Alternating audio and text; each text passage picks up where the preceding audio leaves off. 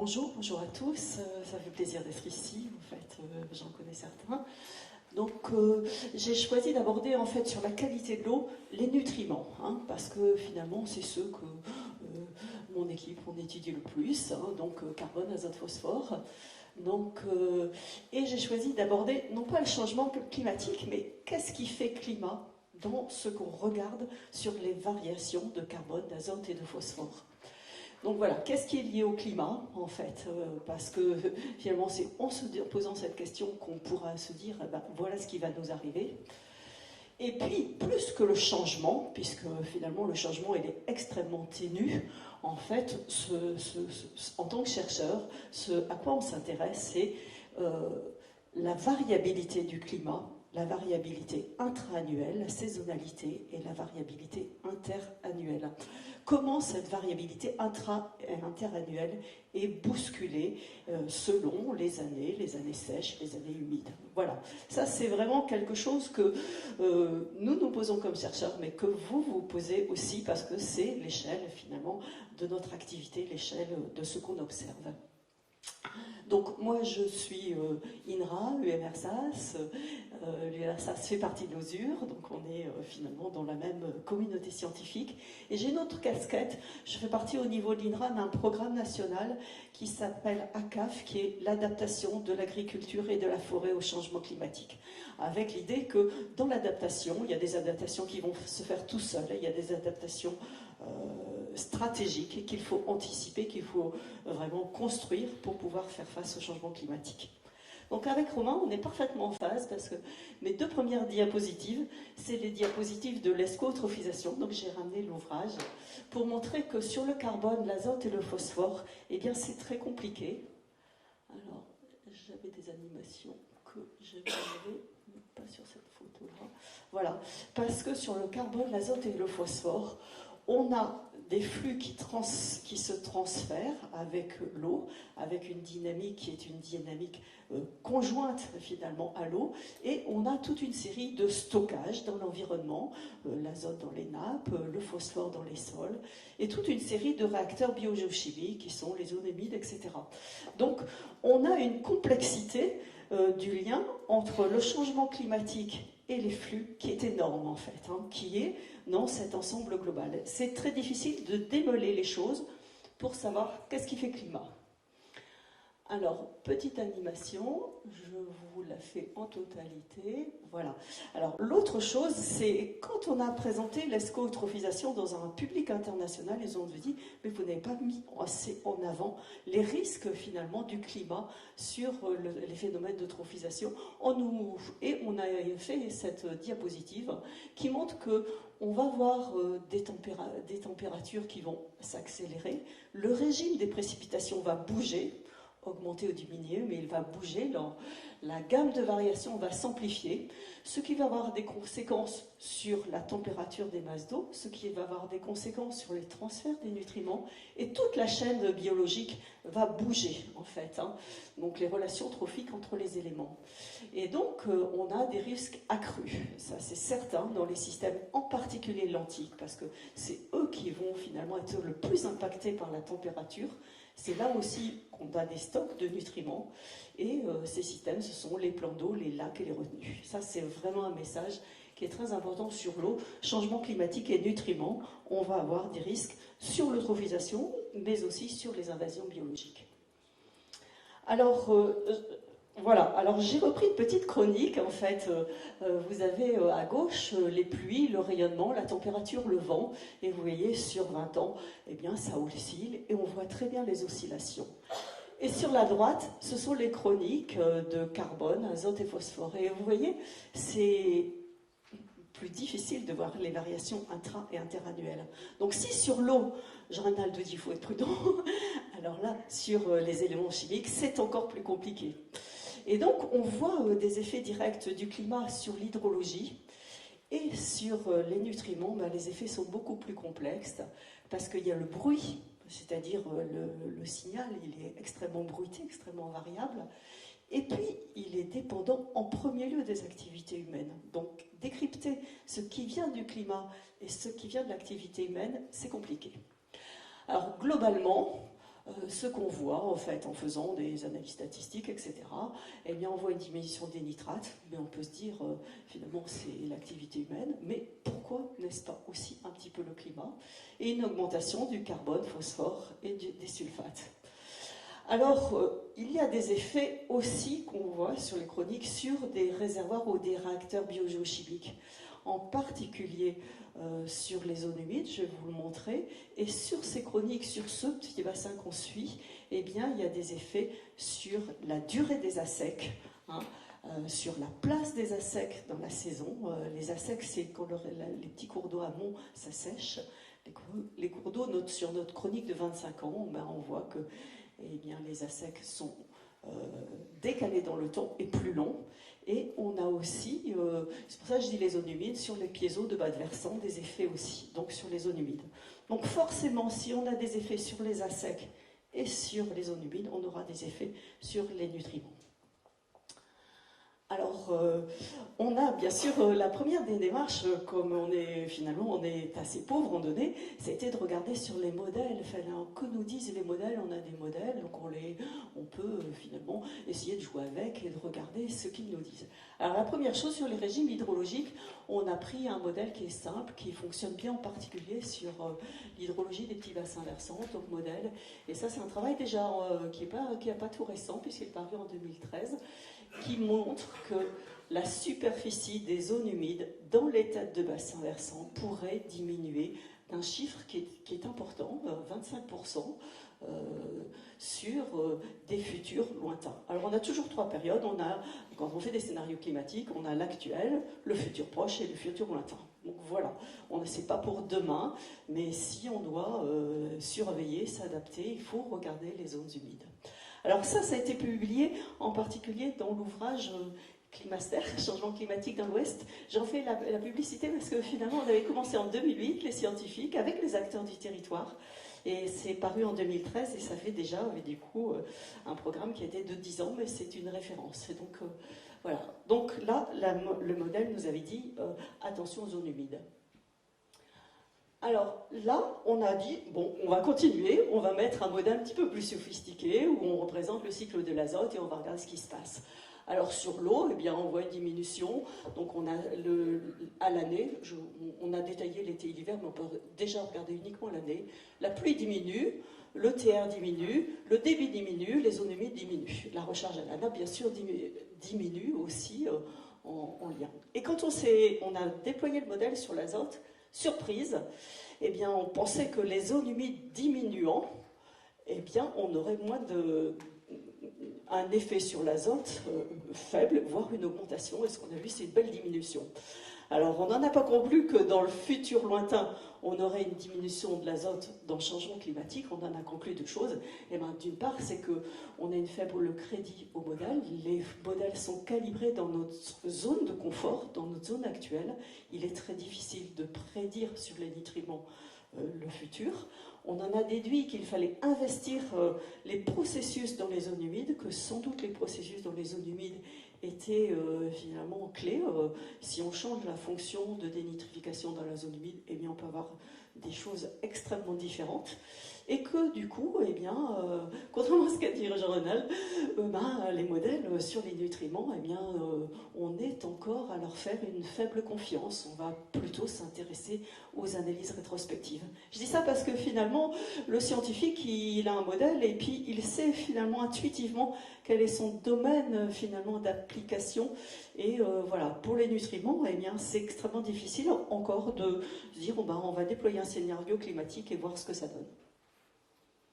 Alors, dans les analyses rétrospectives, il y a une figure là qui est un travail qui a été fait à l'initiative de Pierrot Rousseau sur une très longue période où on avait regardé sur l'ensemble des rivières bretonnes et on avait ces cycles en fait, dont on a parlé juste à l'instant sur les flux.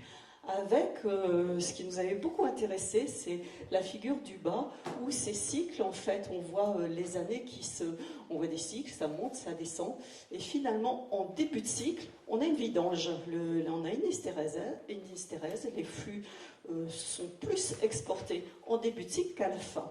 Et on s'est dit, ça c'est vraiment un phénomène intéressant du point de vue du changement climatique.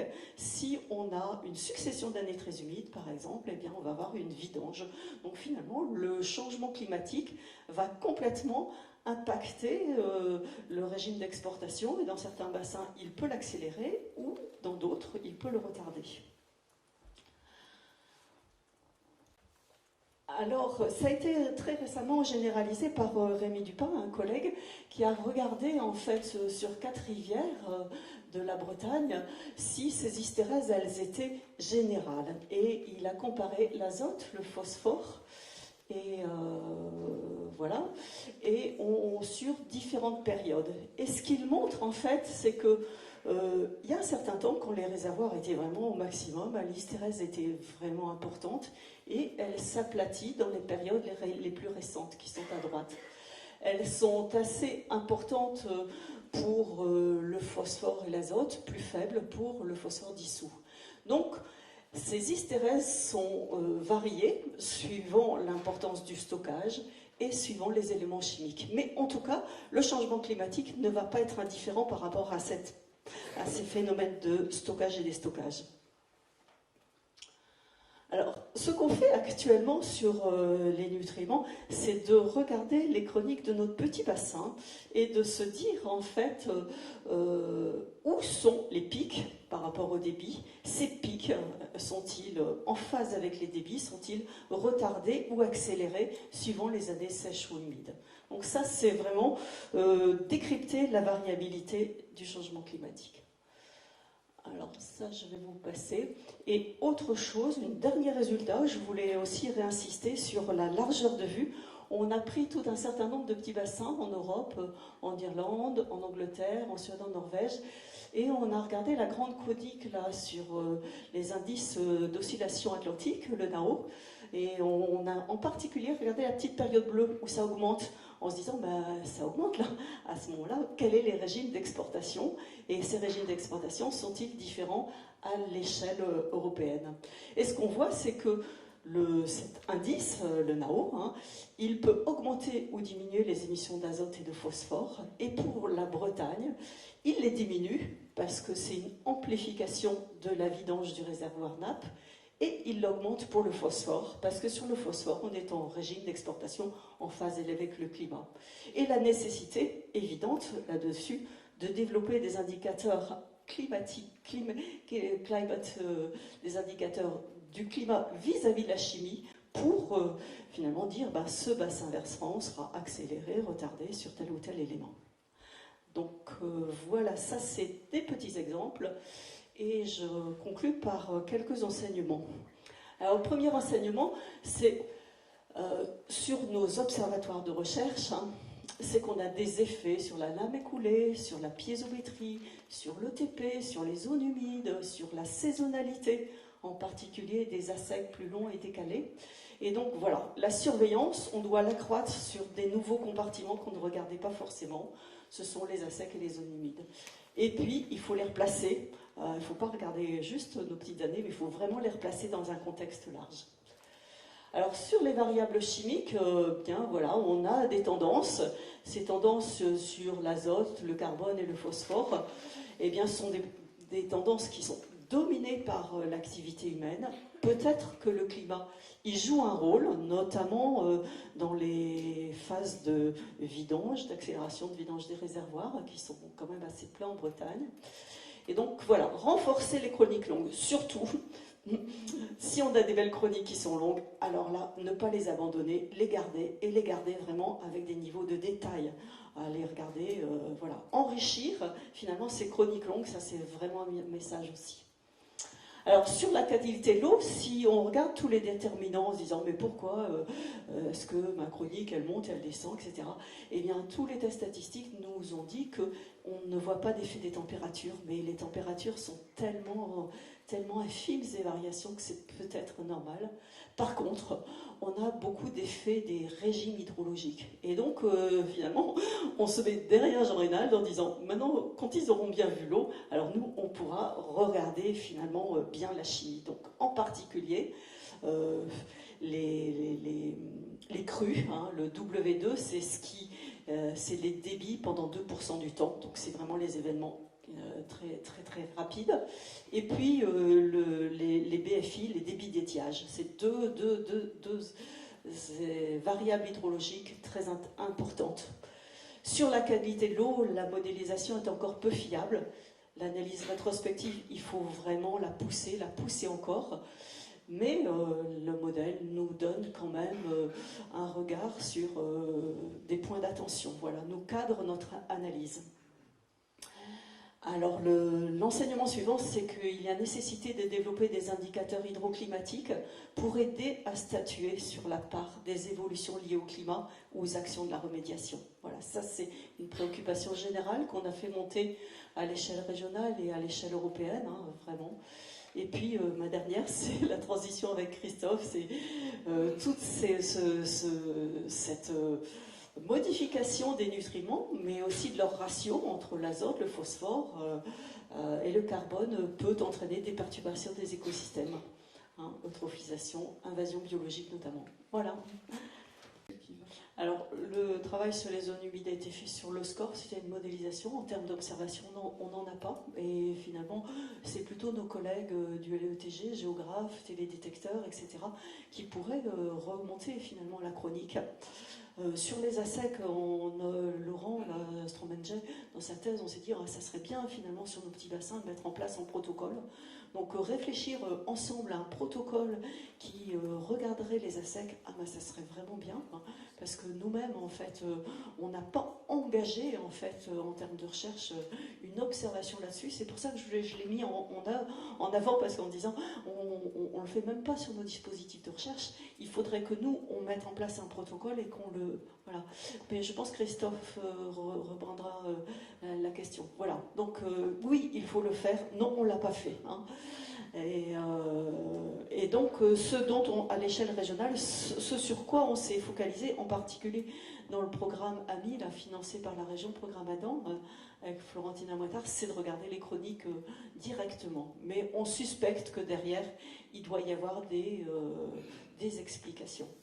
Sur les drainages, difficile, hein, difficile d'avoir finalement la donnée aussi. Hein. On peut se poser la même question. Il y avait eu une session un peu spéciale autour des aménagements. Hein. Sur le bocage, ce qu'on se dit, c'est que, eh bien, il y a eu des travaux de modélisation hein, sur l'effet du bocage. L'arbre a une évapotranspiration plus grande que les cultures, donc finalement, il peut être dans le bilan de l'eau présent. Donc voilà, attention. Mais ça dépend où il est. Finalement, est-ce qu'il est en interaction dans la nappe, sa densité, etc. Donc, on a finalement, au niveau, si on raisonne en termes de fonction et service des écosystèmes, peut-être un clignotant négatif sur l'arbre, un paysage du point de vue de la quantité, un clignotant positif du point de vue de la qualité. Donc, voilà. Donc, des réponses pas si, finalement... unique. Voilà. Oui, ça je voulais très souligner. Hein. Les chroniques que l'on a actuellement en Bretagne sont exceptionnelles par rapport, en termes de densité, de richesse, par rapport à d'autres régions françaises, c'est certain. Et nous on a commencé à les regarder, je pense que vous aussi. Si on les regarde ensemble, ça sera encore mieux. Mais par exemple, on a fait un travail là récent avec Gérard sur le phosphore. On a été étonné de la densité des rejets liés au traitement en Bretagne. C'est-à-dire que finalement, d'un rejet à l'autre, d'une commune à l'autre, eh ben, la densité en termes spatial est importante. On ne peut pas, finalement, on doit regarder effectivement les deux. Il y a d'autres éléments où c'est moins le cas, mais sur le phosphore, c'est vraiment, vraiment le cas en fait. Hein. Bien. Ça a été très vite, mais j'ai montré dans cette période où on a eu récente, où on a eu le NAO qui a augmenté, donc finalement plus d'eau, plus de précipitations. Et bien chez nous, ça s'est traduit, contrairement aux autres pays européens, par une diminution accélérée de l'azote, parce que ça a vidangé, ça a contribué à la vidange des nappes, et une augmentation du phosphore. Donc on a eu un effet amplificateur, c'est-à-dire qu'on avait une tendance et puis le climat, eh bien, il vient rajouter un coup d'accélérateur pour l'azote la vidange et pour le phosphore l'émission en fait. Hein. Quand je dis phosphore, ça veut dire aussi finalement tout ce qui est les cortèges de polluants liés à la surface. Ah oui, ah oui, ah oui, c'est-à-dire que voilà, difficile de prévoir. Donc la surveillance et la surveillance, mais ne pas en tirer de conclusions trop hâtives en disant ah ben c'est l'activité de l'homme uniquement. On a toujours finalement une interaction. C'est pour ça qu'on dit, on pourrait, c'est un champ de recherche, hein, c'est de dire dans tel bassin, eh bien on devra avoir une réaction accélérée par le climat, l'autre d'avoir des indicateurs liés au temps de réponse du bassin. Ça serait vraiment utile pour vous, je crois, de se dire, mon bassin, il est plus lent et le climat va jouer dans tel ou tel sens. Voilà, on n'est pas prêt, mais travailler dans cette voie, c'est pour nous une voie de recherche. Alors, dans les modèles, on peut faire deux choses. Hein. On peut faire de l'analyse rétrospective, prendre les 30 dernières années. Et c'est souvent ça qu'on fait, finalement. Parce que ça permet de dire, est-ce que le modèle, il est bon? Donc là, on est sûr, on prend les chroniques qu'on a et on déploie le modèle sur les 30 dernières années. Et on a déjà une belle réponse sur les années humides et sèches. Donc voilà. Alors, au niveau des scénarios, en fait, la belle démarche, hein, la démarche qui est vraiment, c'est de prendre un panel de scénarios climatiques et un panel de modèles de manière à avoir l'incertitude. Et ça, c'est difficile à faire. On n'a souvent pas le panel de modèles. Et donc là, ce que j'ai montré, eh bien, c'était sur le scénario moyen. Et en fait, notre équipe, on a plutôt eu la tendance, et je pense que c'est un peu général à l'osure, tu me confirmeras, c'était plutôt de se dire, on va dans les scénarios moyens, on n'a pas déployé finalement tous les scénarios climatiques. Voilà. Et ce que je vous ai montré, là, vous voyez, on était dans une période où, juste avant, les scénarios qui ont été refaits. Donc les scénarios ont aussi refait tous les quelques années. Donc nos travaux sont très vite périmés suivant la sortie des scénarios GIEC. Hein. Donc voilà, il y a ce qu'on fait et ce qu'on devrait ou ce qu'on pourra faire encore mieux en fait. Et Journal ne l'a pas présenté, mais ils ont fait un magnifique travail au niveau du programme AQI.fr sur la prédiction des nappes à l'échelle de la Bretagne, à l'échelle française, dans lequel ils ont pris en compte les... Ça, c'est une bonne remarque parce que finalement, la surveillance, elle n'est pas facile. On a une belle richesse, mais voilà, dans le programme sur lequel on est financé, dans l'AMIO, on essaiera de faire des recommandations de surveillance. Y a-t-il redondance? Faut-il confirmer certaines chroniques, moins d'autres? Voilà. C'est vraiment un enjeu.